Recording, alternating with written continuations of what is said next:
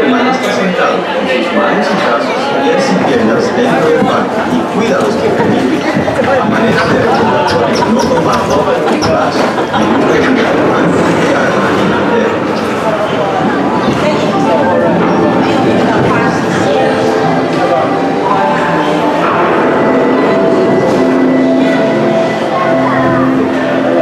Welcome to a voyage of discovery and riches, diversity, and often surprising nature living with the land. Our journey begins as dramatic and sudden changes are sweeping over the land. To us, to nature, it's a new beginning in the cycle of life.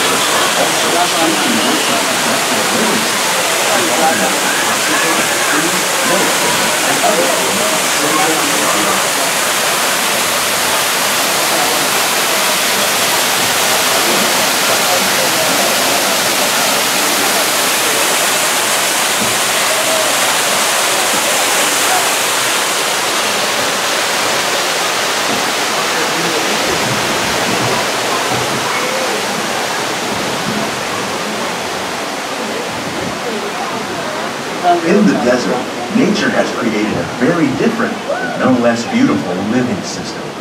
And while this arid landscape may seem lifeless, it is very much alive. The plants and animals that have learned to survive in these harsh conditions make use of what little water they can find and avoid the scorching rays of the relentless sun.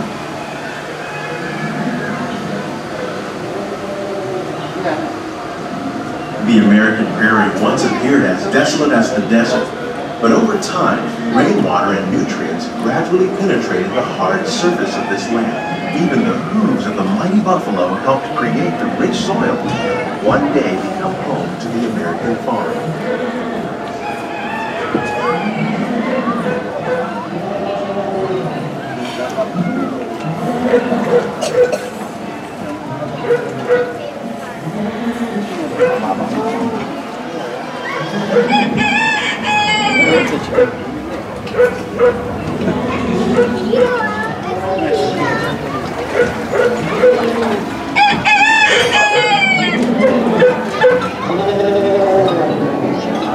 Of all the forces at work on the land, humans have had one of the most profound effects. The need to produce food for a growing world led to the enormous use and sometimes overuse of the land. In our search for more efficient ways to grow food, we often fail to realize the impact of our methods.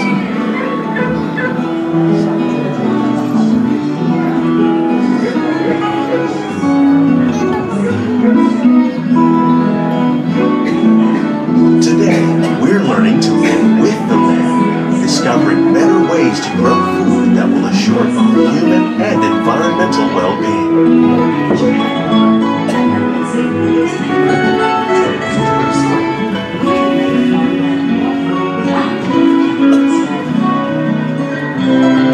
Here at EPCOT, we're learning to reduce the need for chemical pesticides pesticides by breeding and using natural predators, like ladybugs and wasps, to control pests. In the farmlands across America, we're learning that by plowing under vegetation containing natural fertilizers, we can enrich the soil without the use of chemicals. In arid regions, we're learning to produce food on desert seacoasts by developing and planting crops that thrive on salt water. In Japan, we're learning that by mixing leaves and other living materials into our soil, we can make farmland more fertile. How will we meet tomorrow's growing needs for food production, yet still respect the needs of the land? Some of the answers are being discovered just ahead. To help us maintain these carefully controlled ecosystems, and for your safety, please remain seated in your boat at all times.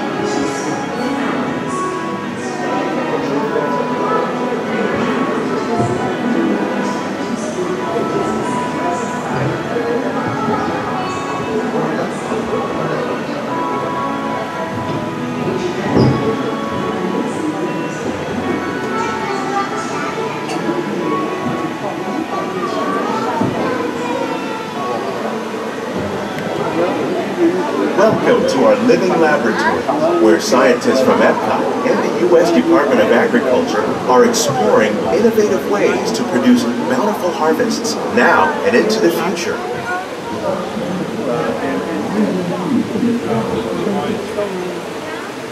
The tropics are home to the greatest diversity of plants on the planet.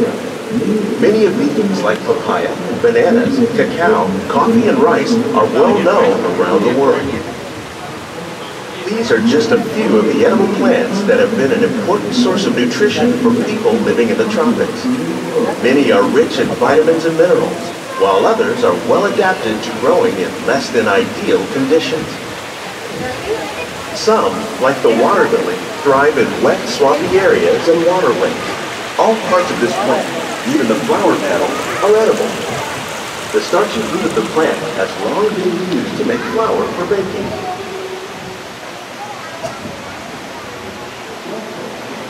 One day, many of these lesser-known tropical plants may be as important as the bananas growing on both sides of the boat. More than 28 million tons of bananas are eaten annually, making it the most popular fruit in the world.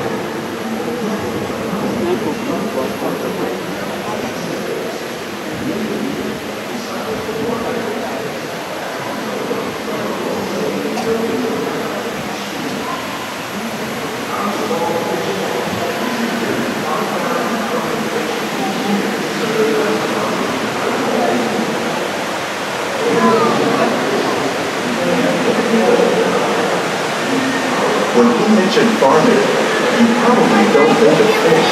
But fish farming, or aquaculture, accounts for nearly half of all the seafood consumed globally.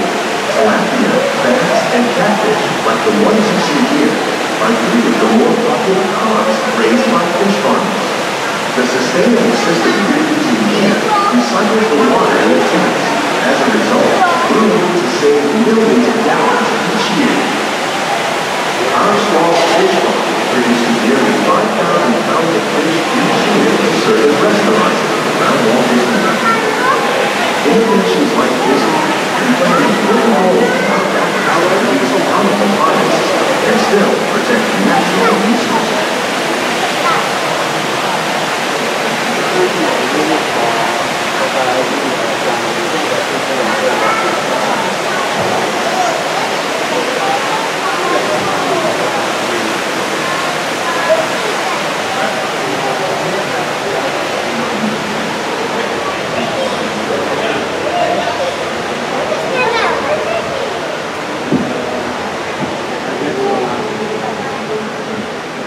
While there are more than 50,000 edible plant species in the world, most of us are only familiar with the handful that make up our everyday diet.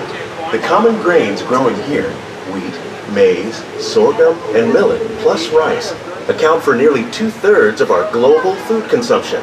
Learning how to increase yields of these staples is an important goal of research around the world.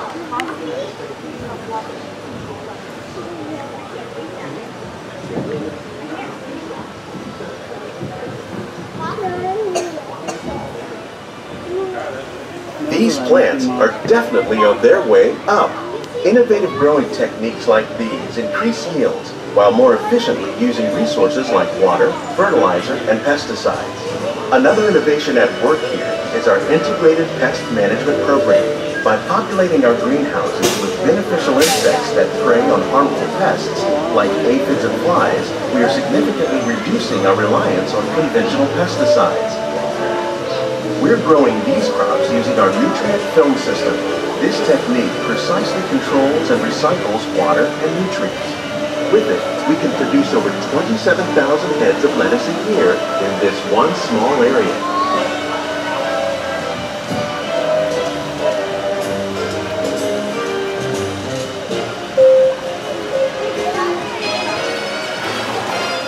Some of our best ideas have been inspired by nature, like these fruit and vegetable trees. By growing these ground plants vertically, we can increase yields and better control diseases. These crops taste as good as they look. In fact, we serve more than 15 tons of produce from our greenhouses in restaurants here at the land every year.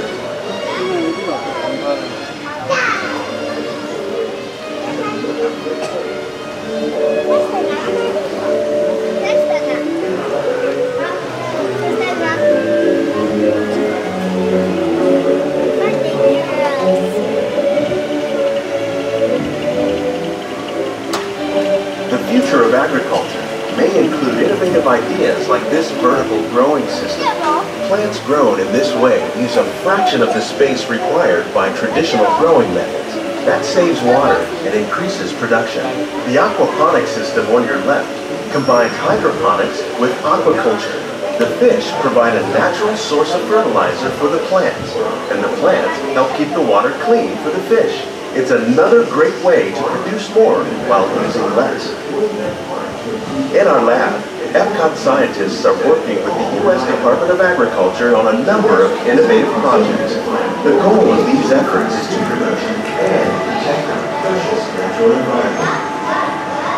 Only then will we truly be living in the land.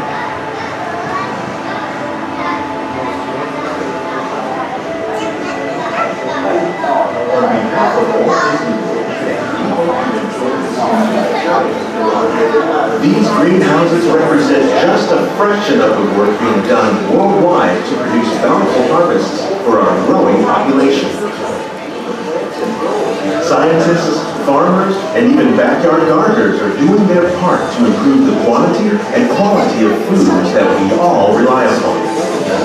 Together, we can continue to find more ways to increase food production and protect our precious natural environment. Only then will we truly be living with the land.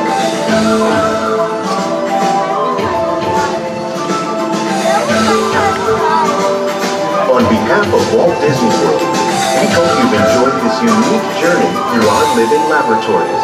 If you'd like a closer look, then check out the behind-the-scenes walking tour. It's a chance for the whole family to get up close and personal with the plants and growing techniques in our laboratories.